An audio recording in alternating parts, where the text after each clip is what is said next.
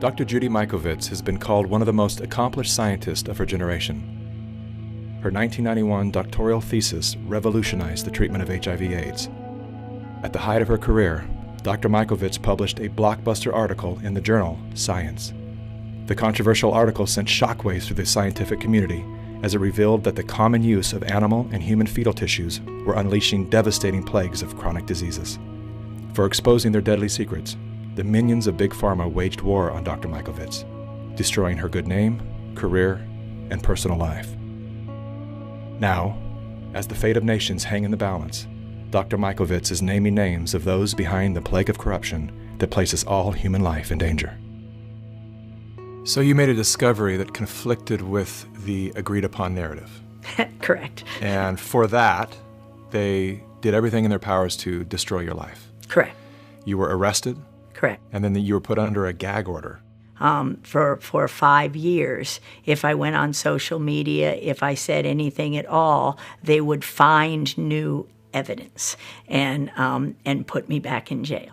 And it was one of the few times I cried, and it was because I knew there was no evidence the first time. And when you can unleash that kind of force to force someone into bankruptcy with a perfect credit score, and so that I couldn't bring my 97 witnesses, which included the heads, Tony Fauci, Ian Lipkin, the heads of the public health in HHS, who would have had to testify that we did absolutely nothing wrong.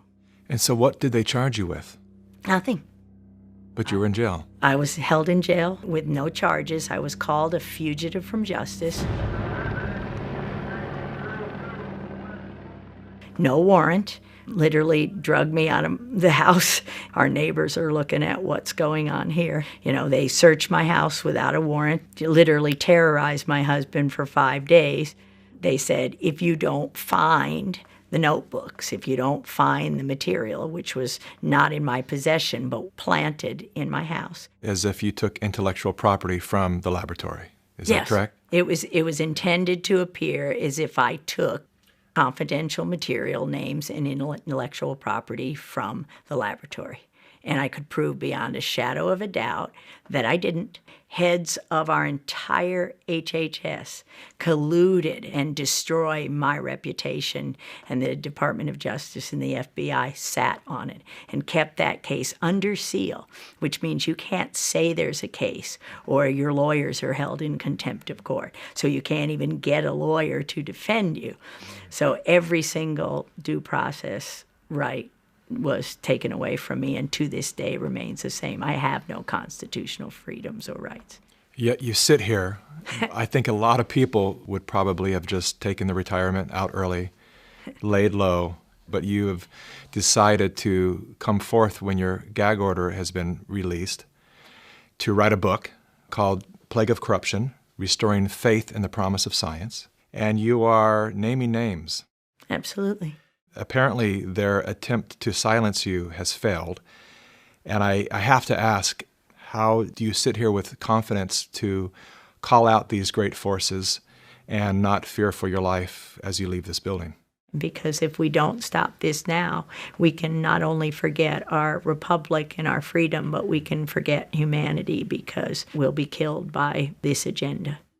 So Anthony Fauci. My name is Dr. Tony Fauci. I'm the director. The man who is heading the pandemic task force was involved in a cover-up.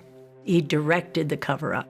And in fact, everybody else was paid off, and paid off big time. Millions of dollars in funding from Tony Fauci's organization, National Institute of Allergy and Infectious Disease. These investigators that committed the fraud continue to this day to be paid big time by the NIAID.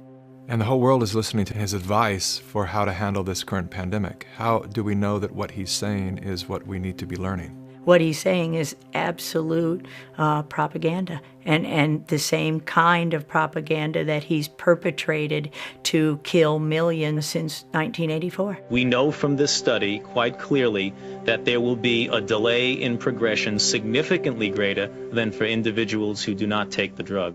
It started really when I was 25 years old.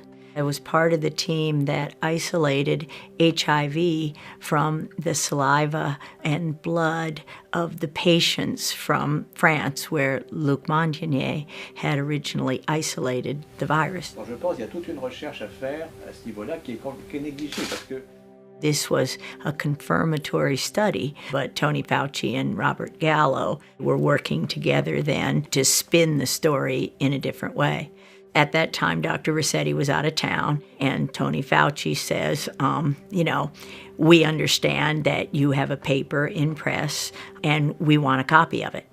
And I said, yes, there's a paper in press, and it's confidential, and no, I will not give you a copy of it. He started screaming at me, then he said, give us the paper right now, or you'll be fired for insubordination. And I just said, I'm sure when Dr. Rossetti gets back, you can have the conversation. And so Frank comes back, several weeks later, and is really bullied into giving Fauci the paper. Fauci holds up the publication of the paper for several months, while Robert Gallo writes his own paper and takes all the credit, and of course patents are involved. This delay of the confirmation, literally led